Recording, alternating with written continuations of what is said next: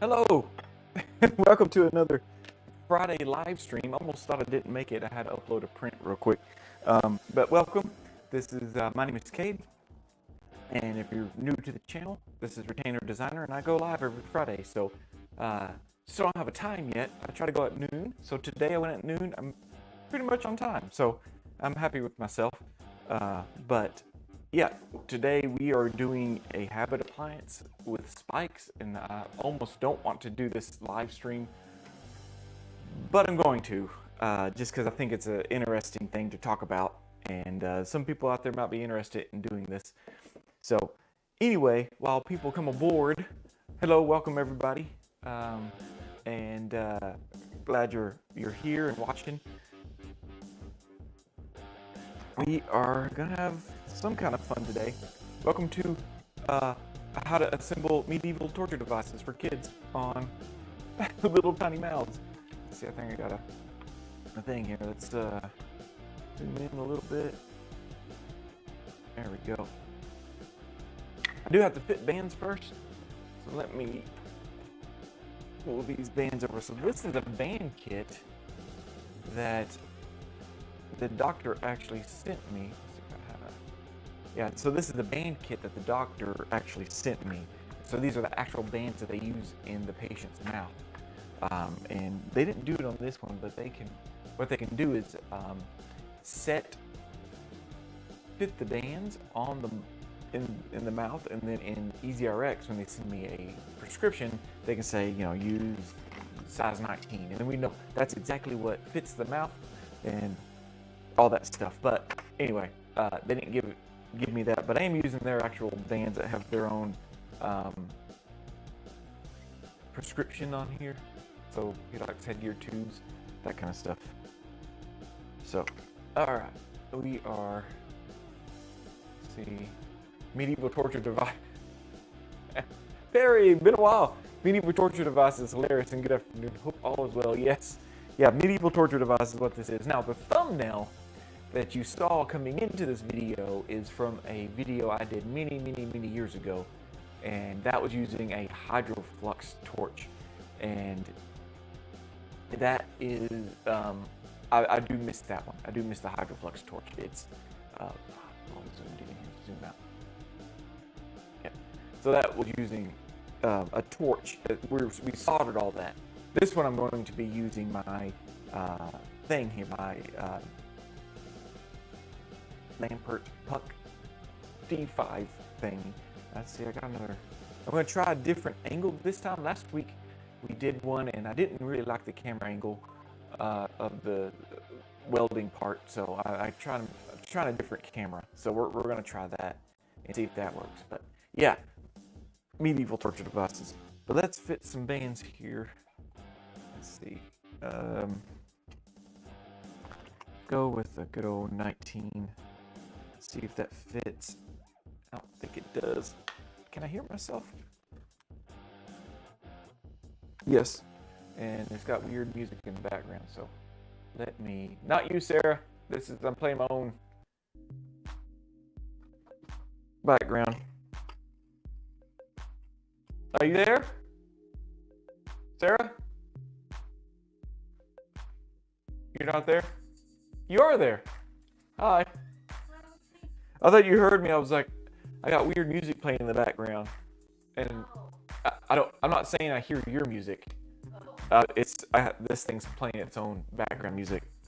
So those weird, awkward silences that we have. Oh, okay. Yeah, I got the print going in there real quick. So we got. Probably not going to do an after stream today because I got some appliances to get out. If y'all,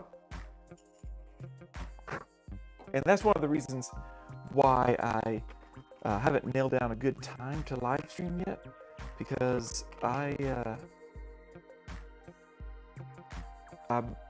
wife and I own our own lab, so it's just me and her, and if I'm not working on this good thing, this is an actual case that's going to go out, and that way I'm actually doing my job while I'm live streaming. So that is the good part about that. So this is size 21. And I kind of like the fit of it. There we go. Now these have these little lugs on here. These little seating lugs. I'm going to leave them on because I tend to like, or I could grind them off. Usually you grind them off when you solder, but I think I'm going to leave them on. It adds a little bit of a extra welding. I could turn up the juice on the welder and get a good weld on there. And we're going to be using a pretty thick wire for this. Now, if I remember, I meant to upload a link in the description of, and if I remember to do it later, for those watching the recording of this, I'll try to remember to upload a link to that old video I have where I did this with just soldering. So it's going to be the same concept, same design and everything. Because I was looking for a picture for the thumbnail, and I was like, I know I did this video before. Sometimes I don't know the videos I've done. Got the memory of a goldfish, so that's probably why. And I'll meet somebody that has watched my channel before, and oh, I love that video you did of such and such, and I don't remember it at all. I was like, okay, maybe that was me, maybe that wasn't. Okay, I'm going to make a note on here. The size I did. Let's see, that was size 21. And then that way, I'll put it in the computer so that if I fit the bands wrong, which it's hard to guess fitting bands on models if they don't give you the band. So you got to kind of size your own. It's a special skill to have to be able to size bands. I'm lucky I was an ortho assistant for many years, and I fit a lot of bands in the mouth, so I kind of know how they fit. So I feel lucky that I had that experience.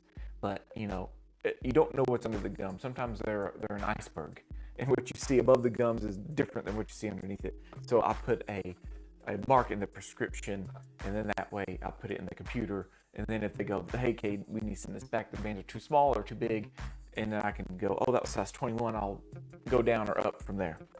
And then, so speaking of prescription, and that's where the title of this thing has come, is we need a thumb appliance with spikes and very aggressive exclamation point. Please call if you need anything. So I know exactly what they mean.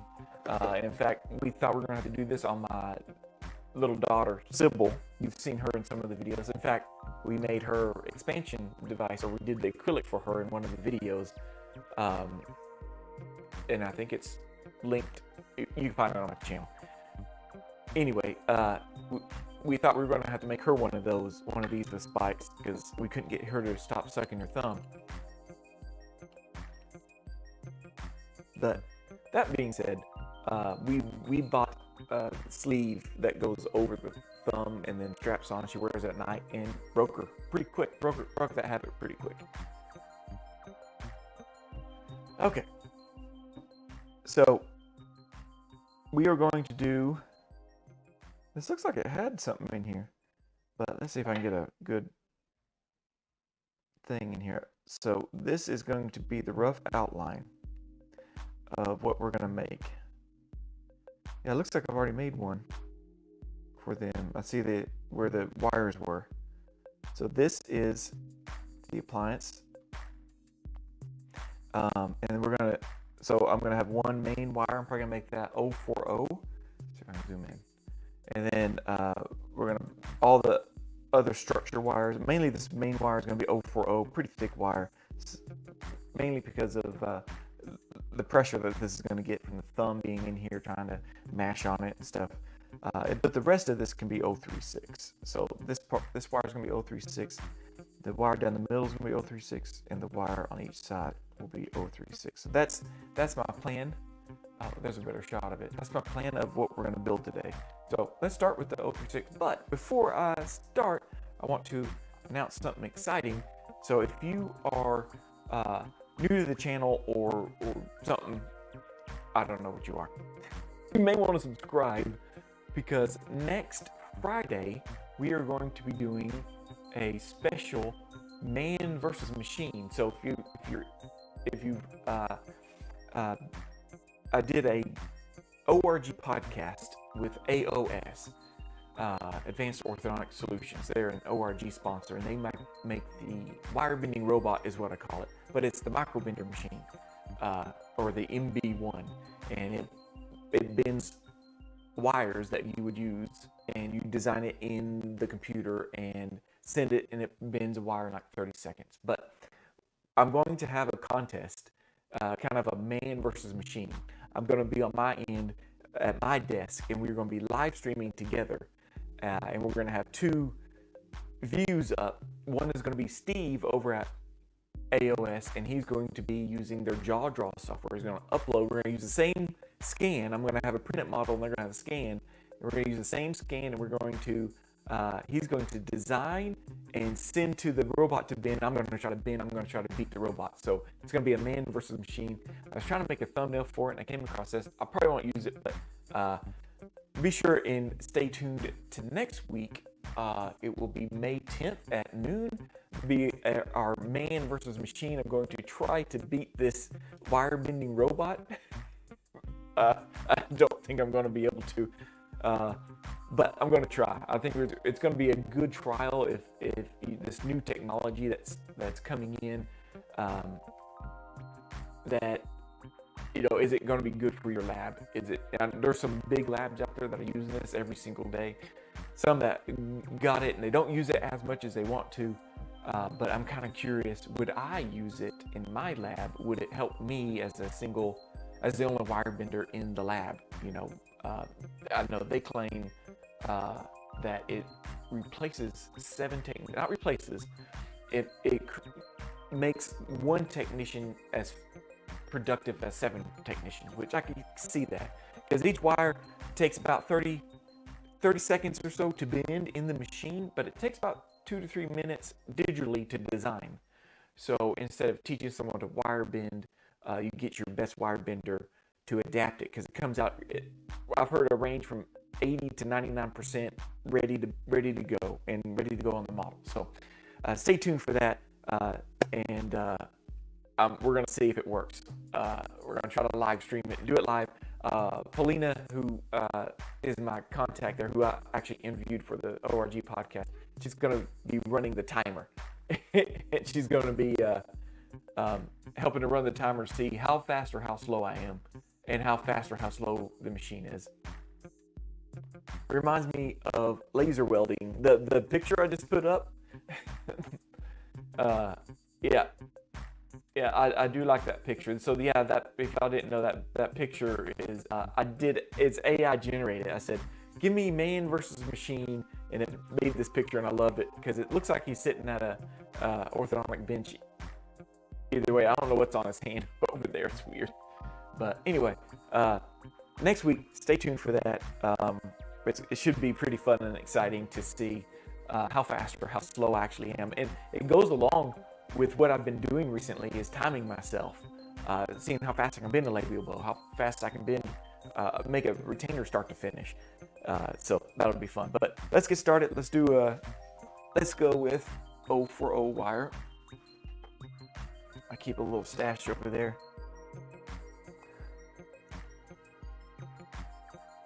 Yep, 040.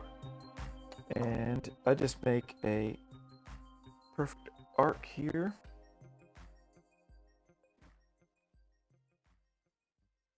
And use my pliers.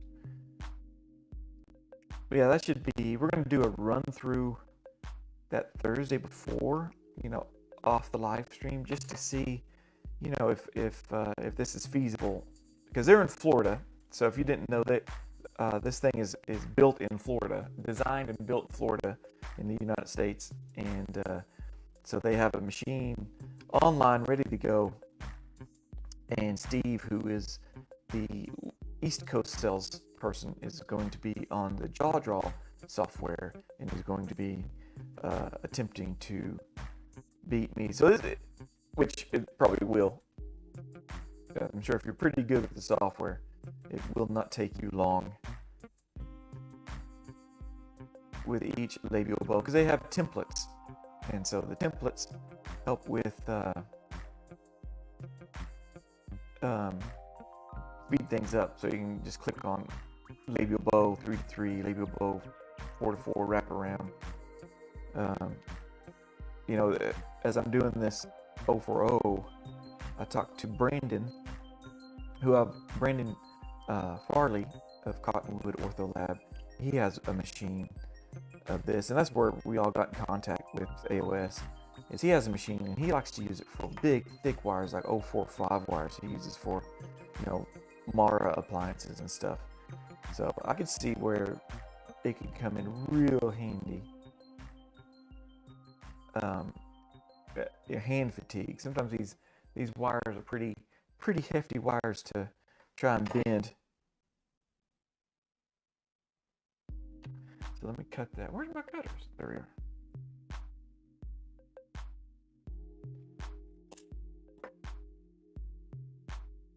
So we'll see if my theory here of leaving those seating lugs on the bands will work or not. Sometimes they just get in the way.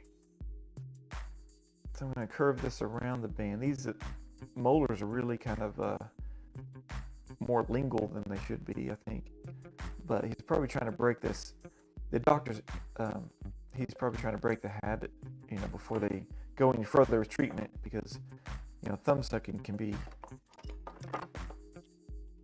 hinder most treatments getting finished.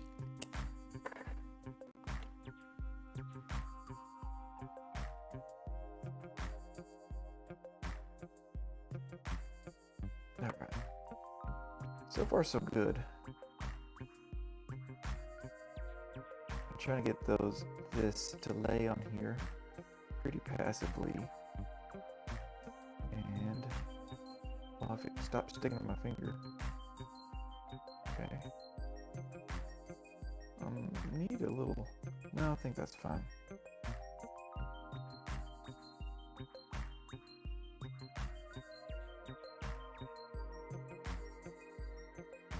Okay.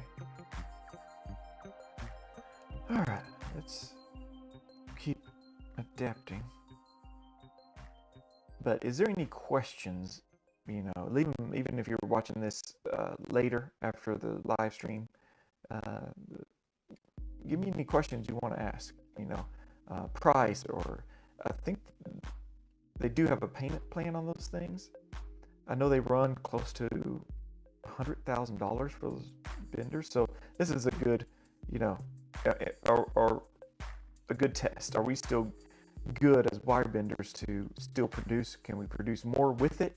Can it be a tool we can use? I really don't think it's going to replace anybody. Just make everybody you have more productive. They're not paying me to say that. I just find technology, as you can tell with the live streaming and all of the equipment I have. I like technology.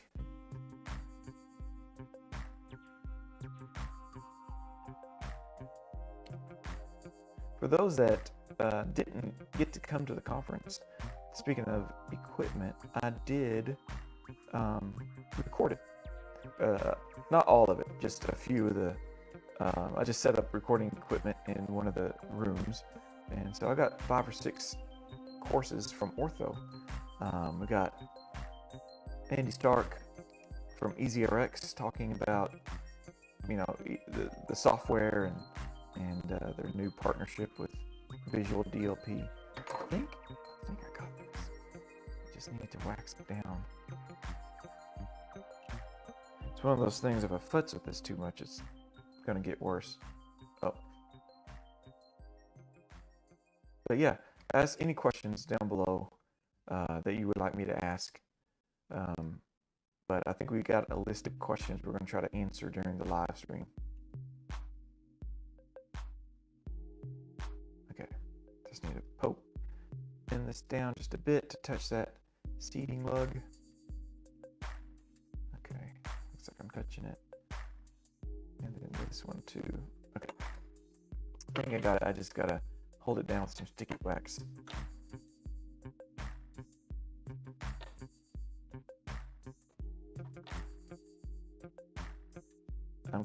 That's a little close. I'm gonna be soldering right there, not soldering, but so the goal with this is I'm going to laser weld to the bands, and then I'm going to solder to the bands. That'll be after I build the whole framework here, the bird cage I'm going to build.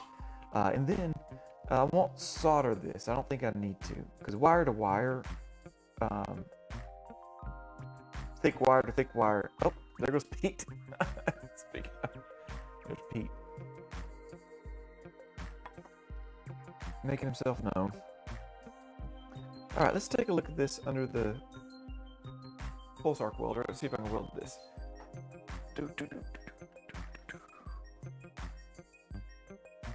Okay, I got stainless steel. Set it to that one, and then that's not the right view. There we go. So that's a little bit better, I think. I need to change out the tip. Remember my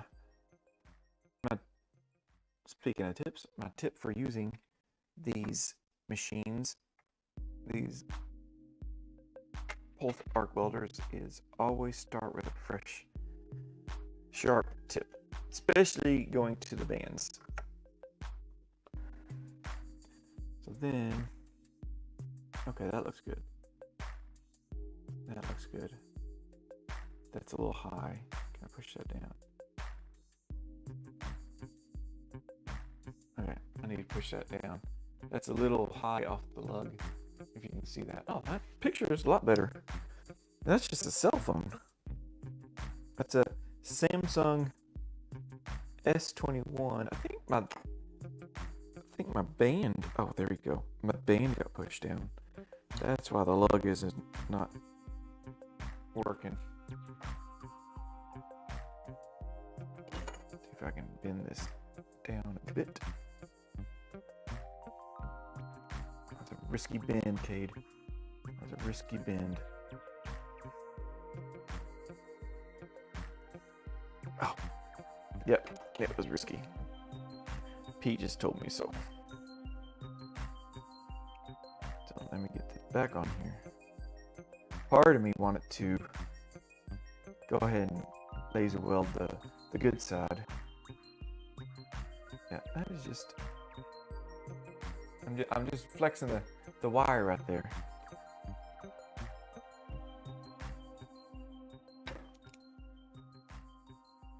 There we go. Bend it down. Kind of bend it back up. Put a little step bend in there.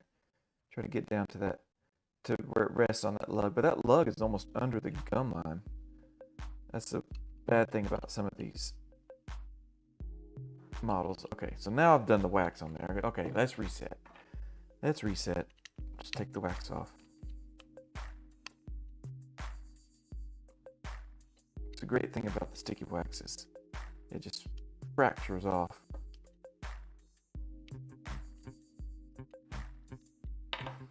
All right. Set it back on here. I'm taking a little bit of time on here because I want to do this right. Because if I don't get this in the right position, this sets the tone. It sets everything going forward. Still not on that lug. Oh yeah, I am. Okay. Now, don't move. And you gotta be careful not to like build some. We want to make the wire passive because you don't want to like go in here and squeeze it in. Well, sticky wax it down and then weld it, and then it's gonna actually expand the mouth. Although this patient probably needs, looking at it, probably needs some expansion. I don't know if laterals are gonna fit there. I don't know if the canines that are, these are baby teeth. So I don't know if the teeth that are coming in, how big they are, but it looks like they're just wanting to stop the thumb sucking.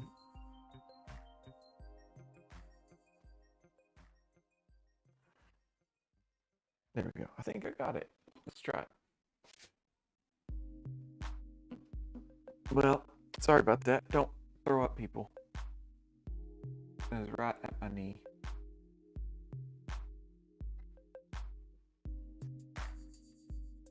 Okay, that's good. Looking at the band position too, make sure I didn't tilt it or torque it in a certain way. Okay. I'm going to push on that wire just ever so slightly. Let me get this side in.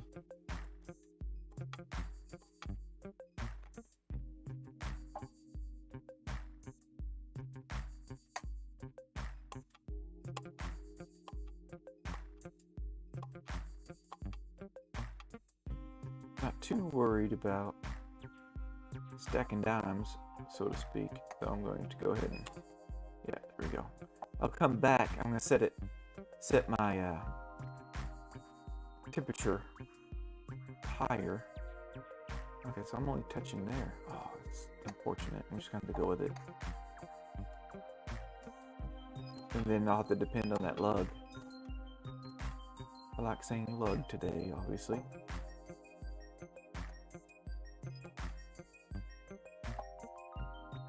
Alright, so let me turn up the bump the juice, as my son Beckett made fun of me about.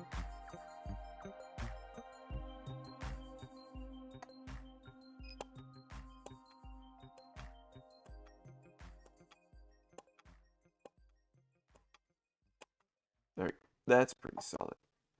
This one is too far away from the lug. I might have to turn it up way high. Alright, let me try it out. I do have a slight space that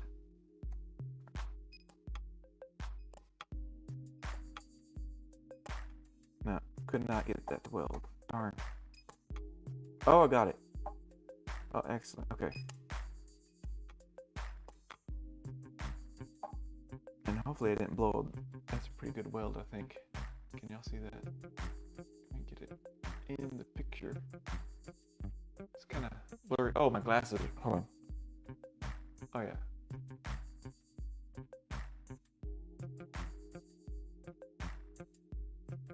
So, I got a decent weld on that, so we'll move on. That worked out pretty good. Let's see.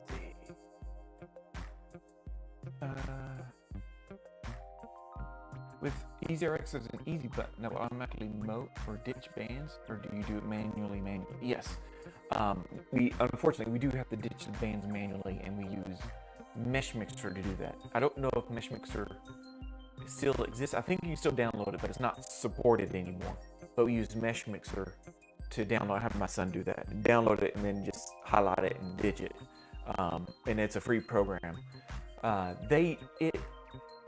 It does do ditching, carving, but more like ditching for like an Adams class or a ball class. But it does do things like that, EasyRx. But I do base them. So the basing comes with EasyRx, and it removes brackets. It can do it automatically. It can even base automatically using AI, and you can clean up. You can get rid of artifacts and put a name on it, which pulls the name from EasyRx, so you don't ever put the wrong name on the wrong model. So that's cool.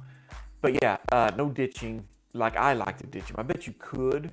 It would just take a little bit of time because it is web-based, whereas the Mesh Mixer is program-based. So Mesh Mixer works a little faster. But sometimes my son uses Blender because he uses Blender to create all his stuff he does online.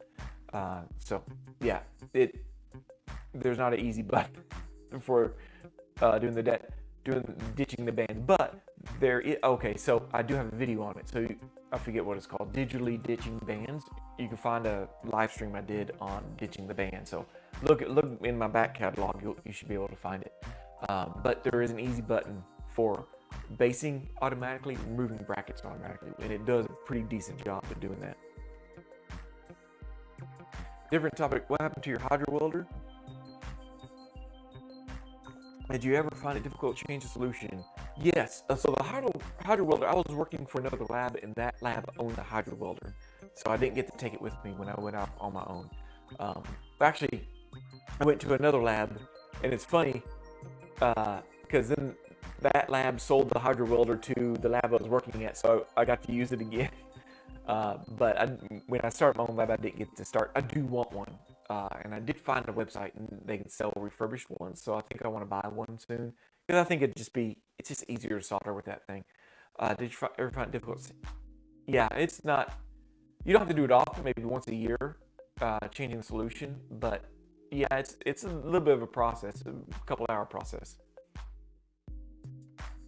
Does the puck ever blow holes in the band? If not, it might be better than laser welder. It's convenient until it's not. Yeah, yeah. It does blow holes in the bands if you have your settings wrong. So let's see if I can find this one. If I can zoom in.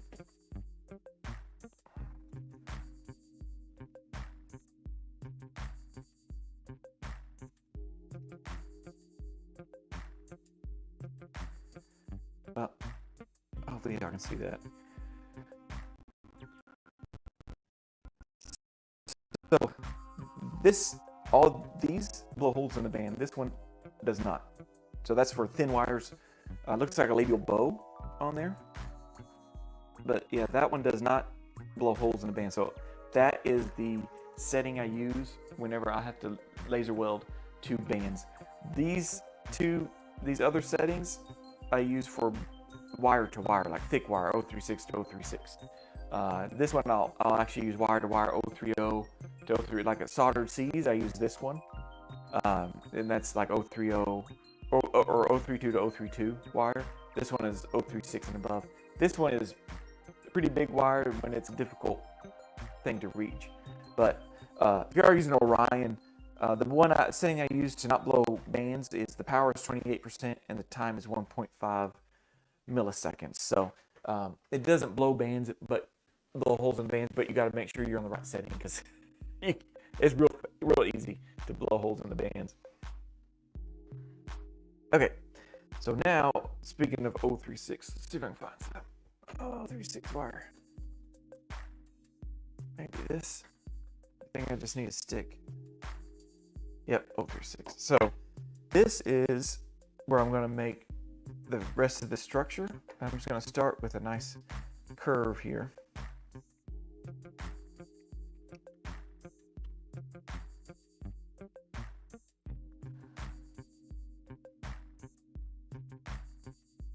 Now, I've been using it because of you. Also, a friend is using it, so you're really helping a lot of labs out there, making our lives interesting.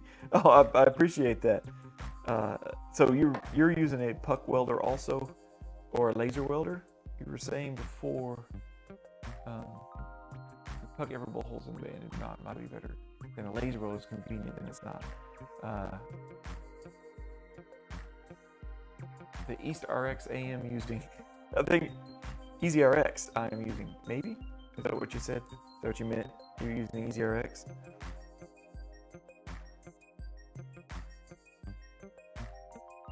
But yeah, that's what I'm here for.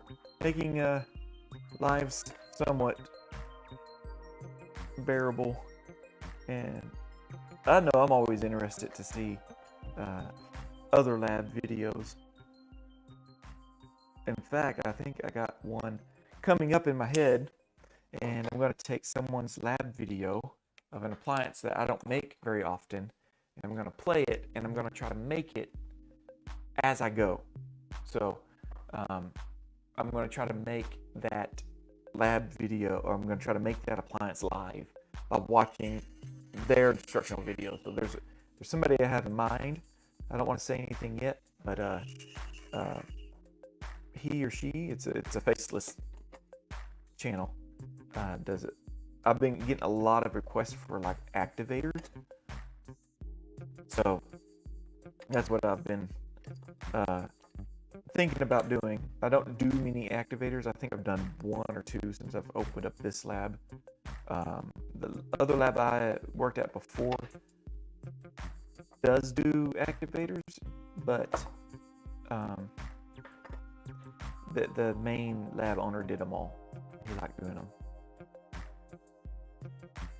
Binators is what I'm talking about, binators.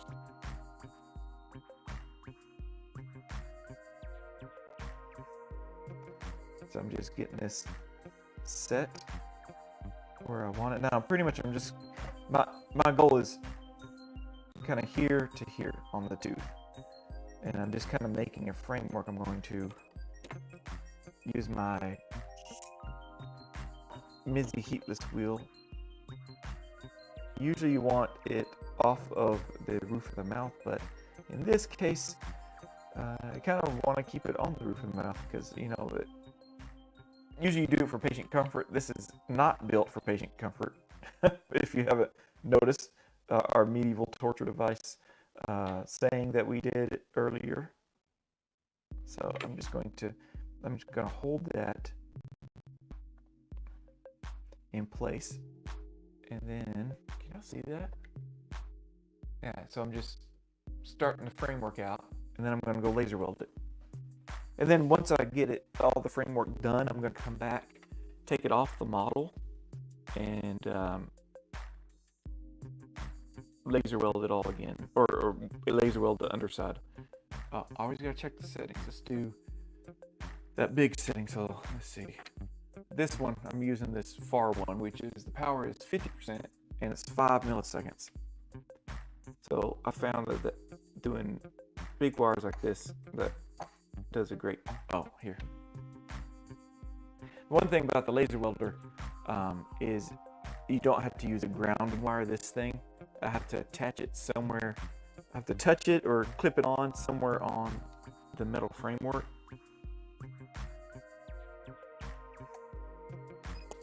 There we go. Touch it on the metal framework.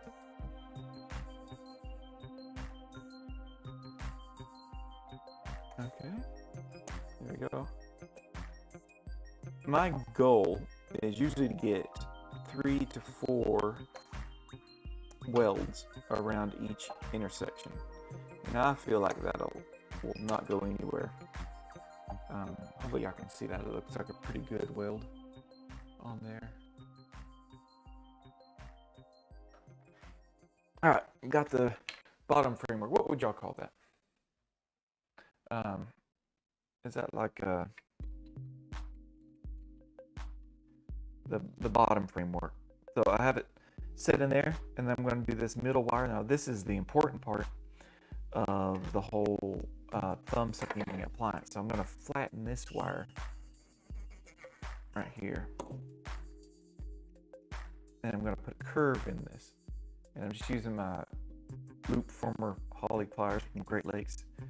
They tend to make a pretty decent curve. Yeah, so that's about what I'm looking for. Let's see if I can show this sideways. Not much. This way,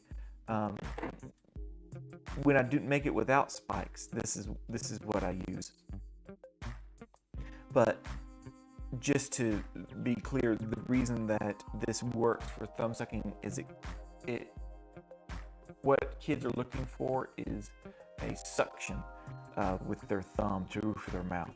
And this breaks that suction. That doesn't allow them to have a suction for the roof of their mouth. So they are, it'll just end up breaking the habit because they lose the enjoyment of whatever mental thing they have. I don't know how to explain it. There's, dopamine hit or whatever, or comfort. It's a comfort thing. And the thumb seals in the roof of the mouth, and that's what their body's looking for. And if you can break that seal, then you're good to go. Now, whenever that video, it'd be good for y'all to watch that. I'll try to link it down below in the description on YouTube. If you're watching on Facebook, I'll try to do it on Facebook too. Right now I'm just looking to see, just make sure that is the right angle I want, and yeah, I think I'm good with that. Now the way I would do this if this was a stone model and had a hydroflux is I would take this wire off and I would put a ball of solder on the end of it, of the wire, right? And I'd use a jump solder technique where I would take it hold it in place and then heat the joint, and then have the solder that's on this curved part jump to the wire. And but since we are using, oops, that sticky wax shrunk up a bit. Since we're using this welder, pulse arc welder, I don't need to do that. Oh, look at that. Look at you, Cade. You're just a champion. Jeez. There we go. You got a few seconds with sticky wax before it totally solidifies and gets hard. I'll hold it in place.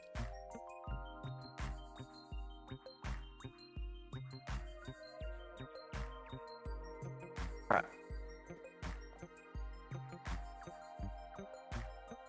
Ah, I keep hitting it with mine. Sorry, guys.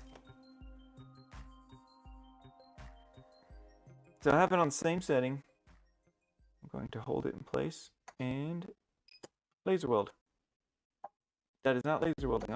I've warned y'all before in other videos, if I call this laser welding, I mean pulse arc welding. It's just laser welding rolls off the tongue so much better. So I'm just going to hit this side and this side of this weld, or of this joint, just to hold it in place.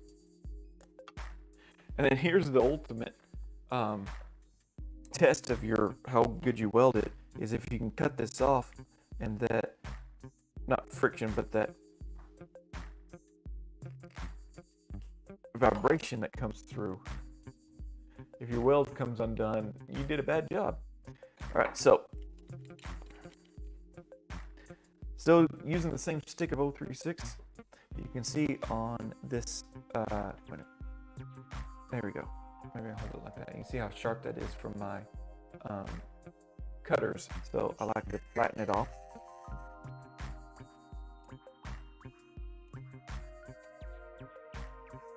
And put it about, now, one thing I can do to help this out, maybe I can zoom in, is you can see that this is at an angle. So I'm actually going to hold this at an angle and see if I can get it. You ever watch people, I know here in Texas, you have a lot of professional welders that build pipe fencing, and it's amazing to watch them. They'll get those pipes where they are just snug up against each other.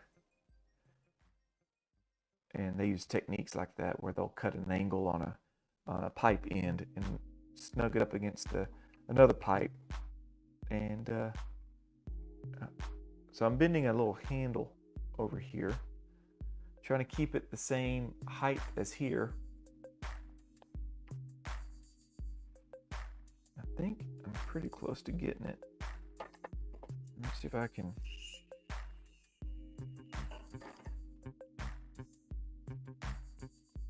Now I want equal distance from here to this, equal distance from here to here. I'm gonna put it in between exactly here. And then I'm gonna hold it. I'm kind of holding it in position. Get some 3 prongs in here. Try to get these humps pretty much the same height. I'm gonna cut my handle a little shorter. Now, I accidentally put sticky wax right where I needed it to go, but the good thing is this should fracture off. Now, I do have my steam cleaner ready to go. Oh, good, that cleaned up. Just in case. But you don't, one good thing about pulse arc welding, you don't have to have an absolute clean, pristine joint before, like you would with solder. So you can pretty much, if the metal and metal contact is touching, it can conduct some electricity between there, you're good. It'll do the weld. It will melt the sticky wax. Oh darn. Well, we'll just go with it.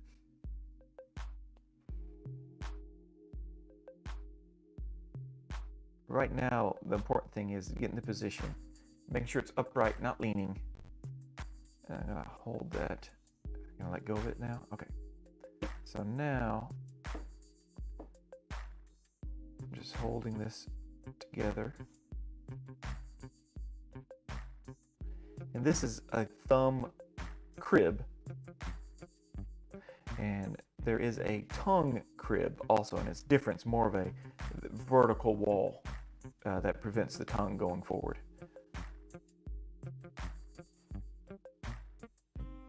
Yep, I think we see that angle I grounded at down there. So I think we're good. I did accidentally put wax right on that joint. So we'll have to go and steam the wax off to make it clean. Like I said, well, maybe I'll show you. Maybe I can scrape off enough to get enough of a weld on there.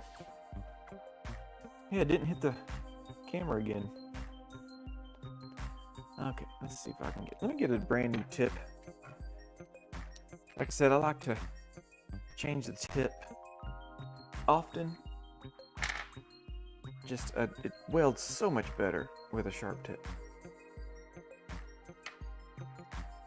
So it's good to have a bunch of these tips in this little thing that I have here with a little foam in the bottom. And I showed last live stream at the beginning, if you want to watch it, my little device that I use for doing that. There we go. Let me see if I can do the very end. Y'all can't see that. Cade, pay attention. The one time I don't hit the camera with my knee, I didn't even switch to it. Yeah, I probably can't see that very good. There we go. So I got a pretty decent weld down there. See if I can turn down the brightness just a tad. Maybe that will help. That is zoom. Oh, there's brightness. See, I need the lamp in here so I can see it. Now let's see if I can scrape off some of this sticky wax and show y'all what I was talking about. I'm just trying to get enough for a contact between the two. Now it's actually up in the air. Look at that. So I'm going to take my little tiny 3 prongs here. I'm going to bend it down. If I need, yeah, I think back here.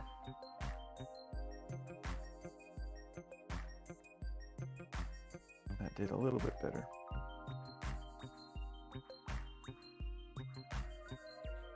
There we go. Actually, I think I'm making it worse.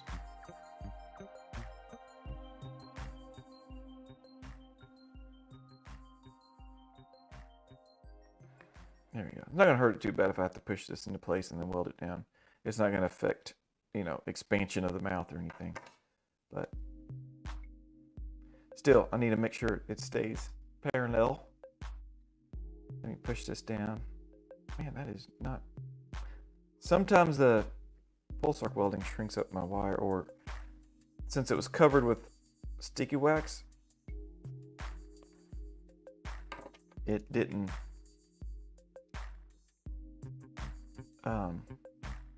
I didn't see that it wasn't touching.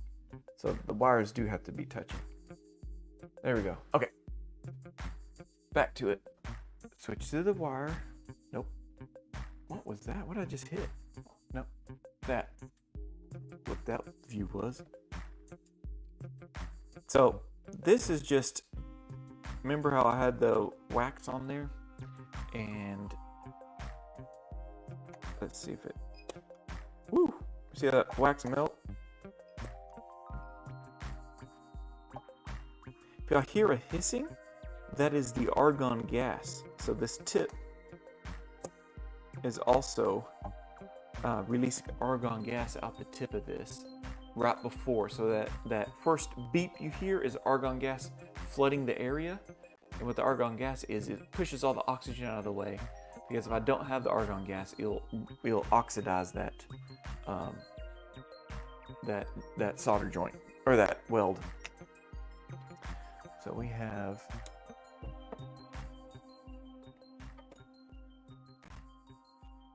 I'm going to cut this. We'll see how well those aren't the spikes I was wanting on there. Those spikes are going to come last, so stay tuned.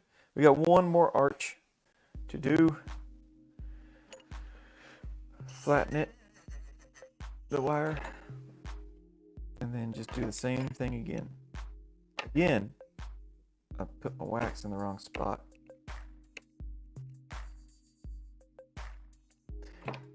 You know what? Let me go steam this. That way we got a nice, clean, fresh model to work with.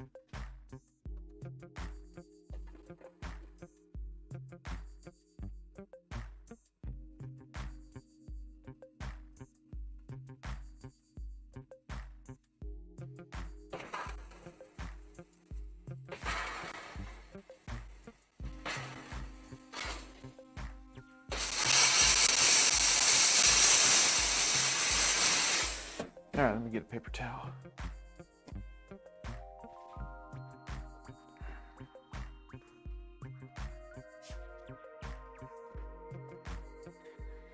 Okay, got a nice clean model to work with. But you did see on that last weld that as long as the metal to metal makes contact, it will weld. You don't, if you're trying to solder that, man, that thing would, solder wouldn't flow. You gotta keep your joints really clean. Solder does really good with clean joints, so to speak. But we got our weld here. I think there is if I'm looking right, and y'all may not be able to see this, I think there's a tooth right here, and I think it might be the cuspid right here in the roof of the mouth. There's a bump, and that's why my bend here is not look like this, because because of the shape of the roof of the mouth, that probably is not coming out in the camera very well.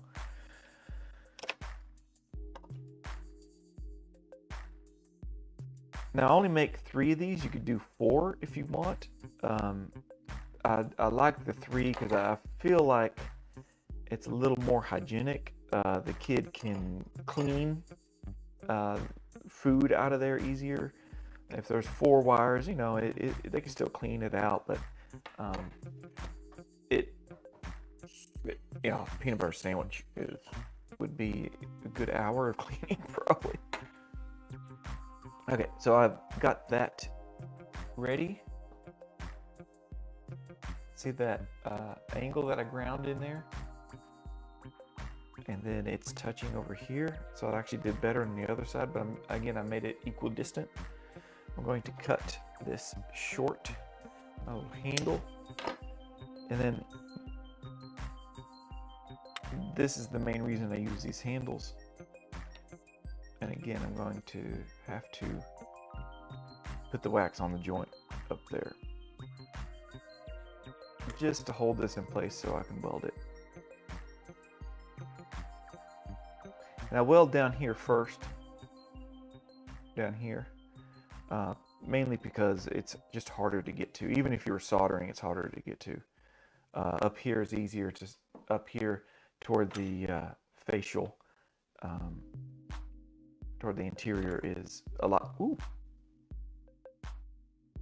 easier to weld and solder. So I usually do the hard solder first, and then that way this holds it in place to solder that, and it makes the front even easier. I'm just kind of looking.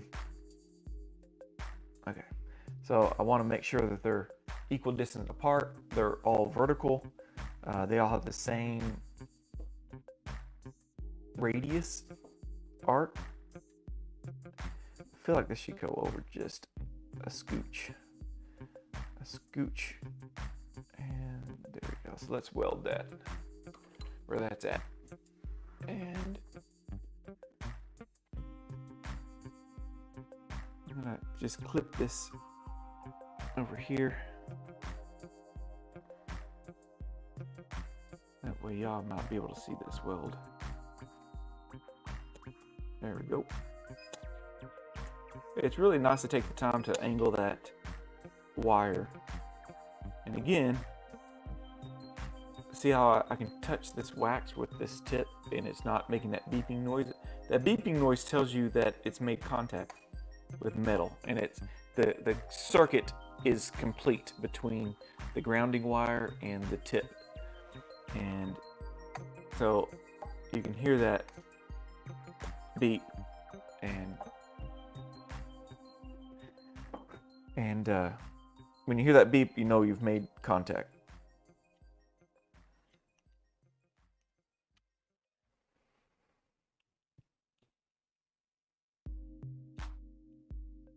You know what? Maybe it's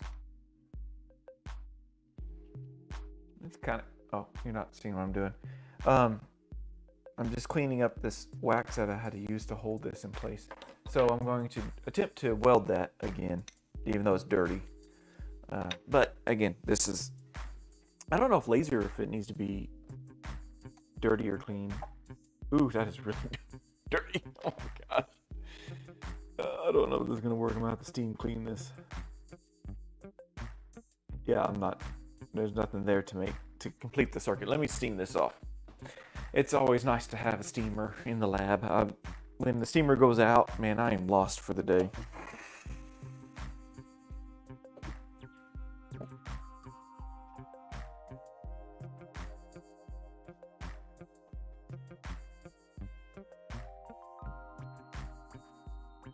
Nice and clean. Double check. Okay, nothing got bent. All right, do that side. Do this side. There we go. And there's Pete. He's closer.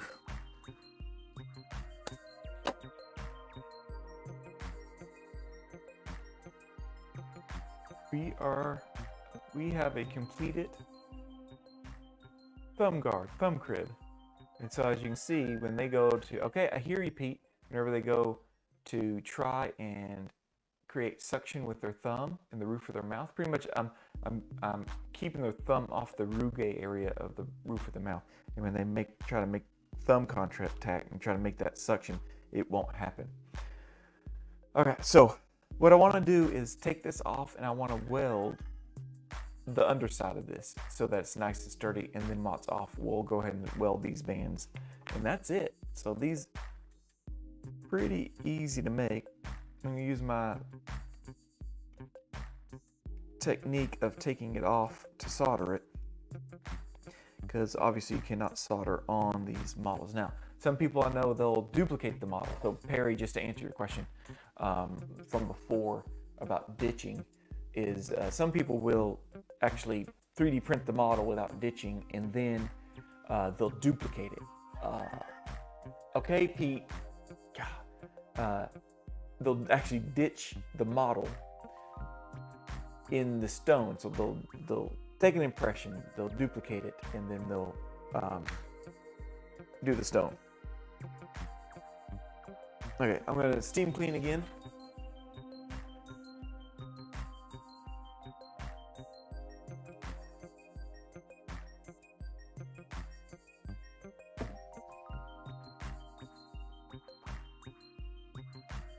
And let's get back to laser welding. All right. And I'm going to do the underside that I couldn't reach before when the model was in the way. So again, I want 3 to 4 weld on each one of these joints, and I think that there's going to be a lot of pressure on this appliance, because they're going to be eating with this in, attempting to suck their thumb, which will put a lot of pressure on there. This part's the fun part, I think. I like doing this part.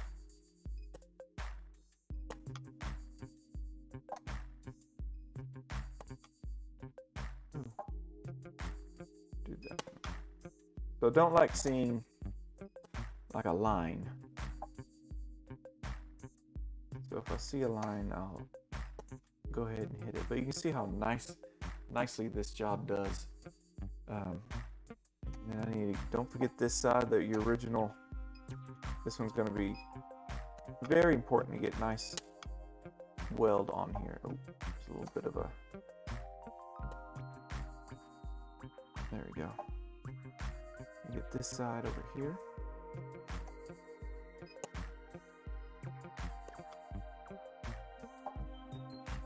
We got a nice T-shape weld on here. It's probably not even the exact terminology. And so then, whenever I go to finish this, I'm just going to grind off these. I'll probably do it real quick after I solder this. So then, let's go back in and we'll solder this. Let me get my solder kit out.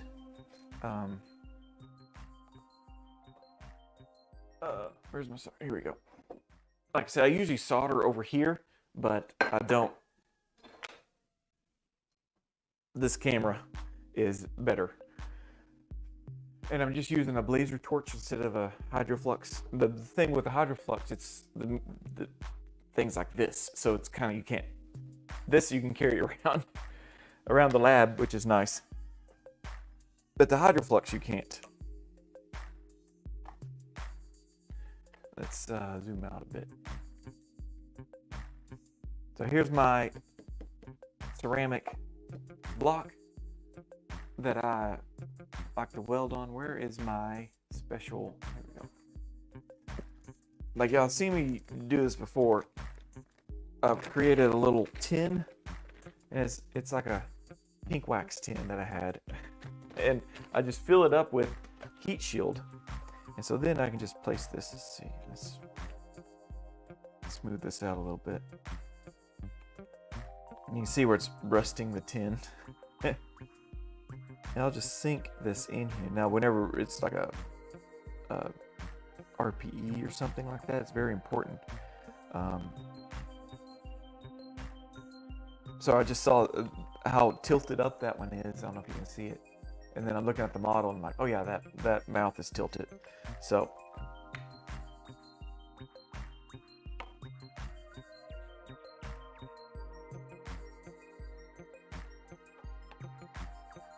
brush on the flux. Again, you don't need much solder. Well, okay, the Pete's crowing because there's another rooster at the neighbor's house crowing. But anyway, you don't need much solder. But I do like to put a little bit of heat shield to protect. I really want to protect this joint right here. This joint is going to get a lot of flex. That's why it took so much time when I bent that. I wanted to be at the right angle. Yeah, and Pete agrees. I do have like a, y'all probably can't hear him. I do have something that is a filter going on. So you probably can't hear him. It's probably filtering out the crow. Perry, with my laser welder, I make sure it's clean. If not, it just gets a little weird. Always steam clean. It sandblasts it if I'm soldering. Sandblast, that's an excellent point. One time I did sandblast a joint and it did not work, so I never did it again. But I've heard of people sandblasting the joint for soldering. So it's good that I steam clean this. If y'all don't have a steam cleaner, I'm using a Reliant 500 or something like that. And I think I did a video, so you can check my my back catalog. I did a little tiny review on the steamer. I like it. Reliable. It's reliable 500. It's reliable, but I gotta get it fixed every 2 years or so, like a hot water heater. Okay, let's do a little bit of welding. Let's turn off some lights so I can actually see my flame. And zoom in. Nope, that's exposure. Zoom in. The main thing I do in here is I don't want the solder to spill over on the inside of the band. So that's another reason I put heat shield on the inside of the band. It is a, golly, they are just crowing all the time. And then I'm not going to cover the other part of the framework because I'm going to point the flame away from it. If I did like this, I'd worry. So I'm just going to move my flame around.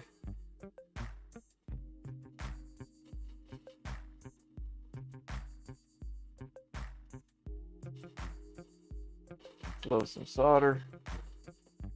And mainly I'm doing this for patient comfort. I just feel like that raw wire sitting there weld. I think I got a really good weld on one side. And you don't have to spend, you know, you could really cover up some errors, some imperfections with solder that you can't with laser welding or pulse arc welding. I've seen some absolutely beautiful joints. Steve Czar has been putting out some really good videos on laser and pulse arc welding, and those joints are just gorgeous. But man, I just can't bring myself to do those. But let me go and steam clean this and bring it back, and I'll just do a little bit of finishing here. We won't worry about pumicing and high shining and all that. Y'all have seen me do that before, but I'll show you how I finish these off. Oh no, I gotta put the spikes on. It's the whole reason for this episode.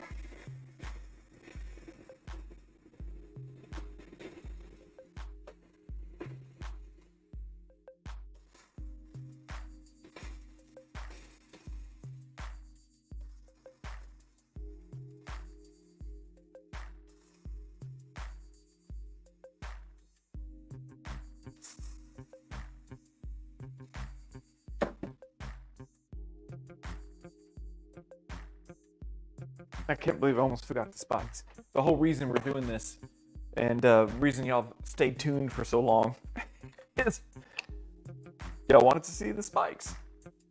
Maybe. Y'all may not want to see it. But as Perry and I were talking about earlier, medieval torture devices, and you'll see why we were calling it that. Let me zoom out here, put my light back on. Remove my soldering table. Won't need that. We're going to laser weld these spikes on.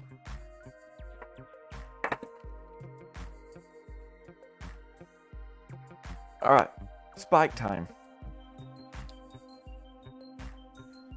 Let's use a little piece of wire, and I'm going to grind a flat spot, and this is going to give me the most contact possible. Now, theory on this, they're going to be putting their thumb here. Now, in the thumbnail, it was a little bit different. It was a thumb crib and a tongue device. So I actually put the spikes on the distal side of it, on the posterior side of this, and that was to help the tongue thrust for the kid and the thumb. So it was a double whammy one.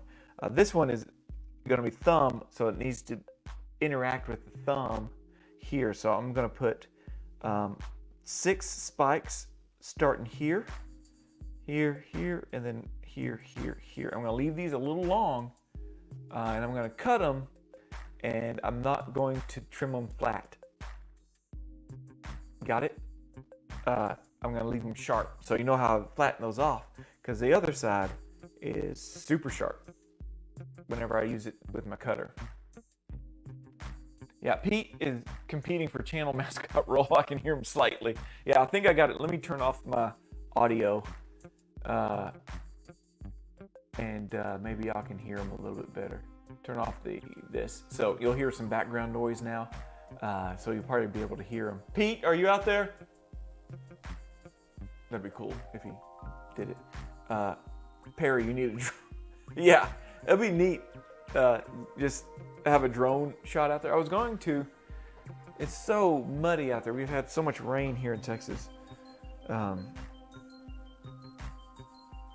we have had a hard time keeping things clean and dry out there. And of course, all the ducks go into the creek when it's wet. Okay, so I'm just gonna laser weld this. These are the easy part, these spikes.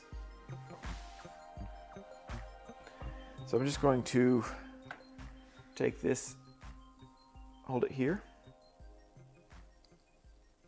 in my little grip thing. I'm gonna go right here. I don't know why I'm starting with the middle, but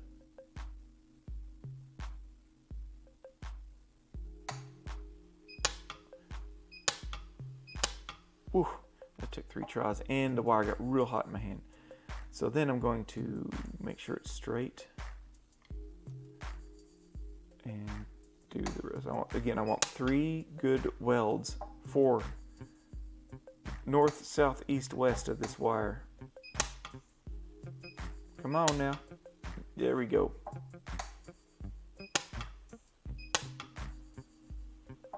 And underside.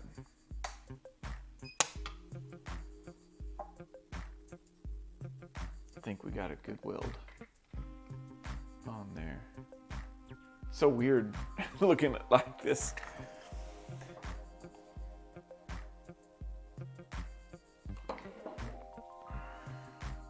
So now you can see we got this on here. It's on there pretty good. I'm gonna cut this short for right now. I'm probably gonna cut it shorter again, but there's spike number 1. So let's put some more on here. Again, the doctor's office said very aggressive. So one thing I'm going to try to do, and I didn't think about doing this before, I'm going to flatten on the wire where I want to attach these.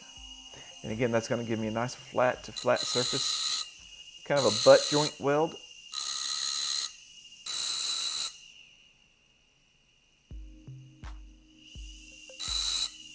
Yeah, let's do that. So let me go ahead and flatten the other side of this. So then once I cut it, I can just flip it over and do the other side. Do the other side.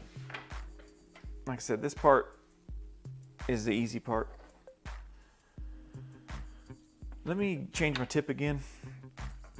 This one gets, using this higher power setting for the pulse arc welder, it really wears down your tips fast on here.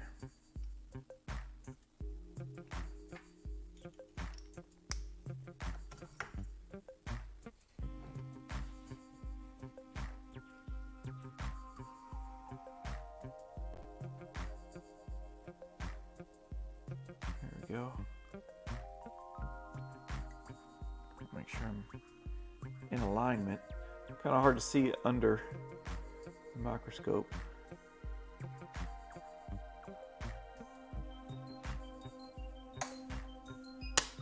Bam. They need sound effects. Kapow. Ka-chow.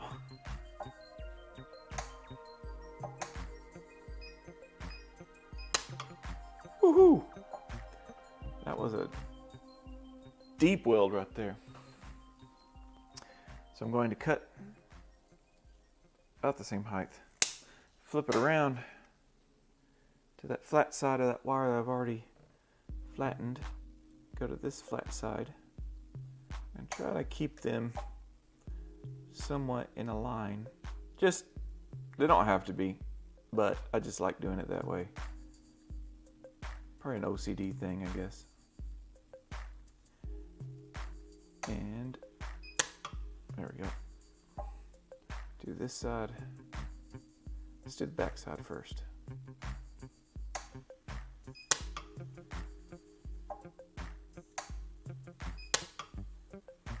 Another nice deep weld.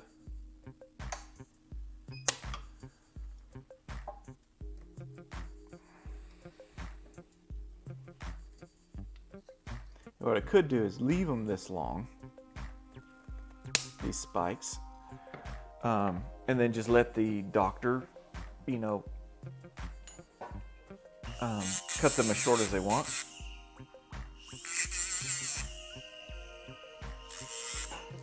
But to me, I don't think this is going to be functionable in the mouth at this length.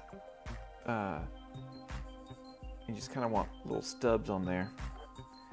All right, let's do this middle one in the front.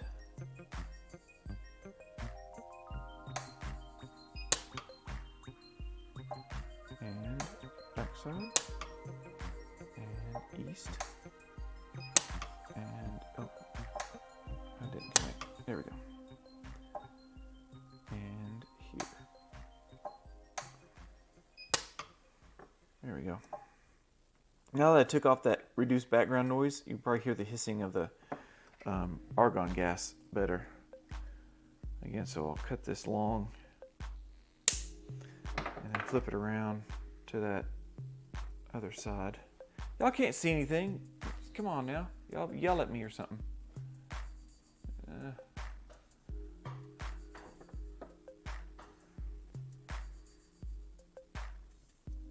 Can't believe y'all didn't say anything. Did I do this? The flat side doesn't look too flat. Make sure it's in line. Might stagger this back just a bit on purpose.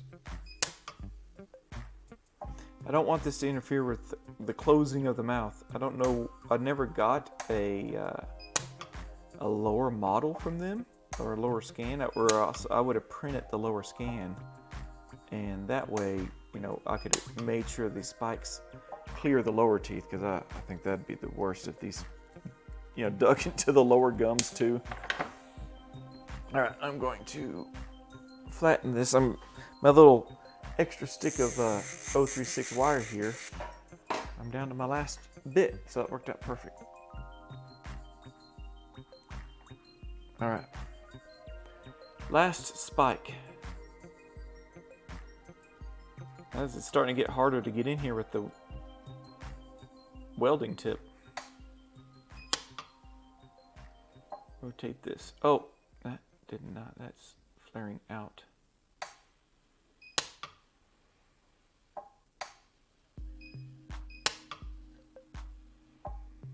Notice it's kind of taking off. It's thinning out the 036 wire a bit right at the joint, which I'm sure that weld is. Yeah, it's pretty good. I can really only bend it whenever it's long like this. So let's cut these. Here it is. Our official medieval torture device. So this is a thumb crib with spikes. So you can see as they get in there with their thumb, it's going to spike their thumb. Now I'm going to cut these a little shorter. I think this is definitely overkill. Although they did say, you know, they did want it aggressive. So I am going to leave them longer. I would actually almost just cut these a millimeter above the joint. This is aggressively slinging around my lab.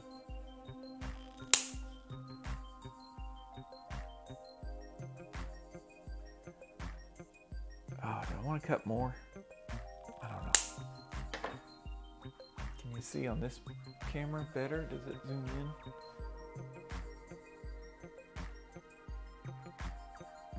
No, it does not. It doesn't know what to look at. It's too shiny. Nope, still blurry. Back up. There we go. Yeah, it's just too much. Okay, try this camera again. Yeah, it's a better camera. So this part is like normal. Oh, I said I was going to trim those down. Let me show you how I trim those down. It's nothing big. There we go.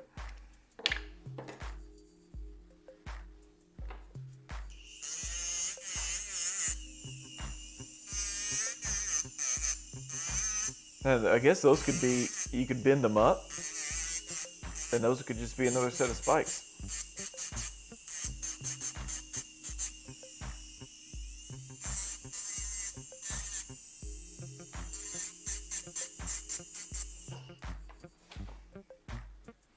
Now, one thing I've noticed is it is a little shrunken. All the welding has kind of made it shrink up a bit, but you can see, so it pulled in the wires, all the welding we did on here, the heat and stuff. So you got to be careful. Too much heat's bad for it. But that's it. That is a thumb crib with spikes. Yeah, thumb. I'm not sure how to read the instructions real quick. And that's not seating all the way. I think the solder is getting, once I do the solder, it's gonna be good. But that's it. I'll post a picture on my social media of the final result, but you can see that kid should be stopping their thumb sucking real soon after wearing this. And then, you know, this is definitely with the parents' permission. So that's it. We're going to call it there. That is the live stream. How long did that take us?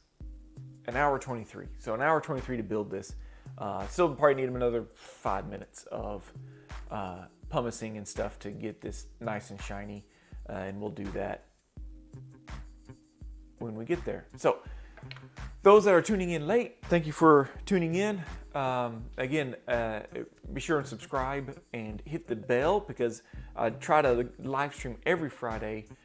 But if you noticed, last Friday I did it on a Saturday because I did not have time. Again, my name is Cade. My wife and I own a small ortho lab here in Texas, in a little tiny home that we built on our land out in the country, with ducks and chickens out there. And y'all heard Pete crowing earlier, but I have to run my business and do the live stream at the same time. So that's why I'm trying to figure out a good time. I'm trying to go every Friday at noon, but sometimes life gets in the way and I'm not able to do it. And so that's why last week I did on Saturday. So hit the little bell button if you're on YouTube. If you're on Facebook, I don't think you have to do anything. I think Facebook will alert you the instant I go live. But to make sure you follow my page to make sure when I do schedule it, you get the alert. But that being said, please tune in next week, same time, Friday at noon, Central Time. Burping up some stuff. But we are going to have a full man versus machine. This is my AI version that I told them to make me for man versus machine. I am going to go against the AOS Microbender next Friday. So they're going to be in Florida. They're going to have their machine set up, and I'm going to go against Steve, who's the East Coast sales guy who's really good on their software, their jaw draw software. He's going to digitally design the labial bow, print it in the machine. We're going to start at the same time. He's going to upload a model, and I'm going to start bending, and we're going to see how fast that process is, or is it the same time, or am I faster? We don't know. We'll find out. We'll find out. I'll find out when y'all find out. So it kind of goes along with my whole series of seeing how fast I can bend, seeing how fast I can make a retainer.